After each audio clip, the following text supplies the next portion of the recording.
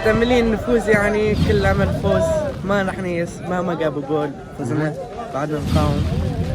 في يعني متوقع النتيجة إن شاء الله 2. المنافس معروف انه قوي، لكن احنا بعد نقوى ان شاء الله.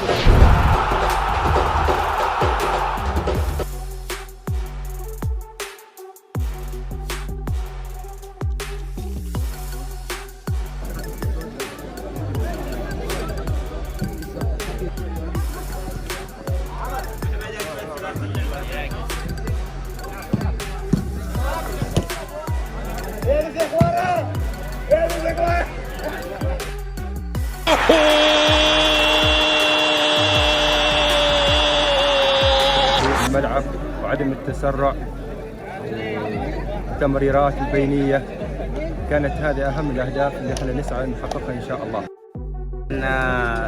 صح ان هم قويين، يعني فريقين اقوياء، لكن يبالي يعني شويه تكنيك، لان كل فريق يعني ماسك على مكانه صح، بس يعني يبالي شويه على اللاعبين، يعني مضغوطين على فريق ابيض، يعني مضغوط عليه شويه اكثر.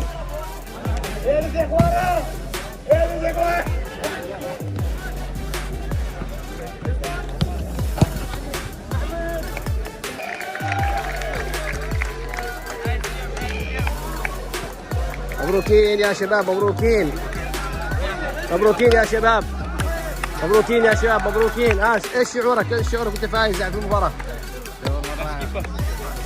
شكلكم متدربين يعني، ايش شعورك؟ ها؟ كيف الخطة طبقتوها مع المدرب بشكل صحيح؟ ايوه دربنا استاذ بدر. تعال يا استاذ بدر، تعال يا استاذ بدر. ها كيف؟ ايش كانت خطة؟ خطتك ايش كانت؟ اوكي استغلت يعني الجول عادي صراحه انزين. نفس السنه الماضيه نفس الشيء. ايش سبب تتوقع الخسارة يعني ايش؟ الخساره والله شويه اغلاط دفاعيه، اوكي وما فاهمين قوانين صح بعض الشباب يعني.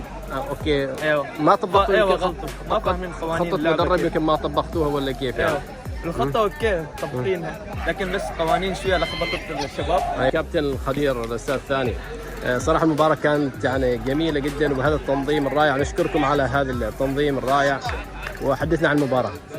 بسم الله الرحمن الرحيم، والصلاة والسلام على رسول الله صلى الله عليه وسلم. أول شيء نشكر إدارة المدرسة على إتاحتنا نعمل دوري بين الفصول، وكانت طبعا هذه المباراة بين 12 11 و 12 4 كان مباراة قوية جدا وحماسية، وسمى حب الجمهور.